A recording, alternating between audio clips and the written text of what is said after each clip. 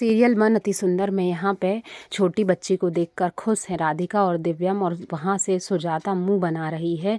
वह कहता है, तभी आ जाती है नैनी और बोलती है ये लो खिलौना उसका फेवरेट, मैं गुड नाइट बोल दूं तो ज़बरदस्ती पल्ला पकड़वा देती है ताकि दिव्यम की गोद में गिर सके, और वैसा ही होता है, गिर जाती है। दिव्यम बोलता है तुम्हें लगी तो नहीं, और वहाँ से चली जाती है। तभी बहुत हंसती है गौरी, और सुबह होती है तो उसे डराने आ जाती है कली की माँ, और ज़ोर ज़ोर से रोने लगती है। निकाल लेती है अपना मास्क और इधर पे वॉइस रिकॉर्ड कर लेती है गौरी की मोबाइल में। पता नहीं क्या करने वाली है नैनी। राधिका जैसे ही जाती है बाहर की तरफ, वही वॉइस चालू होती है। वो दौड़ कर आती है बाहर और कहती है मुझे आवाज़ सुनाई दे रही थी गौरी के रोने की, और वो आवाज़ चालू की थी कली की माँ फूल ने। उसी को सुनकर डर गई थी राधिका और दौड़ कर बाहर गई है। दिव्यम आता है तो कहता है चलो डॉक्टर के यहाँ चलते हैं। दादी से बता के चली जाती हैं।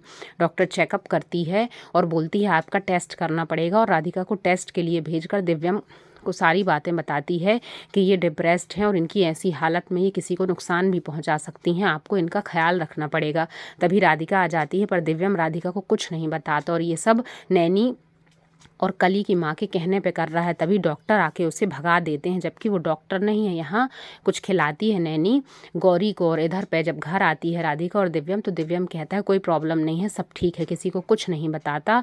और इधर पे जो कली की माँ है फिर चाल चलने वाली है, और इधर राधिका थोड़ा आराम करती है तो किसी बच्चे को पाड़ देती है पालने में, और गौरी को कहीं और कर देती है। फिर राधिका को रोने की आवाज़ आती है, और उस रोने की आवाज़ को सुनकर राधिका पहले की तरह फिर से बहुत परेशान होकर पूरे घर में ढूंढती है गौरी को, पर गौरी नहीं मिलती। जो नई नैनी आई है चमक, वह बहुत परेशान कर रही है। तभी पीछे से जब कली आती है तो कली को देखकर वह साउंड बंद कर देती है, और कली नहीं सुन पाती कुछ क्योंकि कान में लीड लगा है। यहाँ राधिका बाहर की तरफ भागती है, चमक के पास आती है, कहती है गौरी को ढूंढो। वह बोलती है ठीक है आप बाहर ढूंढिए, मैं यहीं ढूंढती हूँ। और राधिका फिर भी बहुत परेशान है, किसी को आवाज़ नहीं सुनाई दे रही है।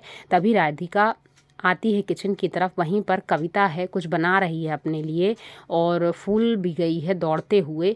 तभी टकरा जाती है और बहुत चिल्लाती है। कविता कहती है ये तुमने क्या कर दिया, साफ करो यहाँ पे, भागती रहती हो घर में। फिर से आवाज़ सुनाई देती है राधिका को। राधिका दौड़कर बाहर की तरफ जाती है, गेट की तरफ देखती है, आवाज़ लगाती है गौरी को। उसे लगता है टंकी में है गौरी उसकी।